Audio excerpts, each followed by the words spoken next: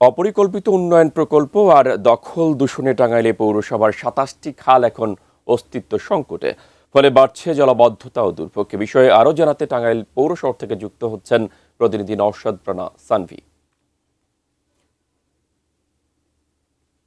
ধন্যবাদ আপনাকে। আমি এই মুহূর্তে দাঁড়িয়ে আছি শ্যামাবাবুর খালে। একসময় কিন্তু এটি বেশ নামকরা খাল ছিল।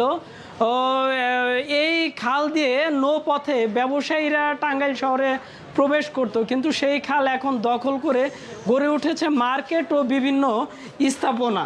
আপনি দেখতেই পাচ্ছেন যে খালের কোনো স্মৃতিচিহ্নই নেই এখন।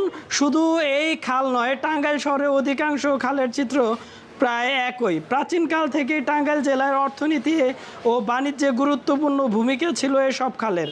মোগল আমল থেকে দেশ বিদেশে ব্যবসায়ীরা নৌপথে এসে এই খাল ব্যবহার করতেন, কিন্তু সময়ের সঙ্গে সঙ্গে একের পর এক খাল দখল হয়ে তাদের অস্তিত্ব আজ সংকটের মুখে। পৌরসভার নথি অনুযায়ী টাঙ্গাইল শহরে মোট ২৭টি খাল রয়েছে, তবে বাস্তবে অনেক খাল অস্তিত্ব খুঁজে পাওয়া কঠিন।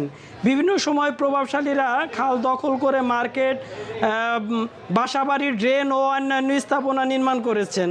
স্থানীয়দের অভিযোগ, শুধু প্রভাবশালী ব্যক্তি নয়, বিভিন্ন সময় পৌরসভার দায়িত্বে থাকা চেয়ারম্যান, মেয়র ও কাউন্সিলরদের সমন্বয়ে খাল দখল করে বাণিজ্যিক স্থাপনা নির্মাণ করা হয়েছে। যে যখন ক্ষমতায় এসেছে তখনই ইচ্ছে মতো খাল দখলের ঘটনা ঘটেছে বলে অভিযোগ রয়েছে। খালগুলো ভরাট ও দখল হয়ে যাওয়ায় পানি নিষ্কাশন স্বাভাবিক ব্যবস্থা নষ্ট হয়েছে, ফলে সামান্য বৃষ্টি হলেই শহরে বিভিন্ন এলাকায় জলাবদ্ধ সৃষ্টি হয়। এছাড়াও অনেক খালে ময়লা আবর্জনা জমে দুর্গন্ধ ছড়াচ্ছে, যা জনস্বাস্থ্যের জন্য ঝুঁকিপূর্ণ হয়ে উঠেছে। শহরবাসীর দাবি, দখলমুক্ত করে খালগুলো পুনরুদ্ধার এবং স্বাভাবিক পানি প্রবাহ নিশ্চিত করা। এছাড়াও শহরের ফুটপাতগুলি দখল করে প্রভাবশালীরা কিন্তু অস্থায়ী ভাড়া দিয়েছে। এ কারণে টাঙ্গাইলবাসীর দুর্ভোগ বেড়েই চলেছে। টাঙ্গাইল থেকেই ছিল আমার কাছে সর্বশেষ।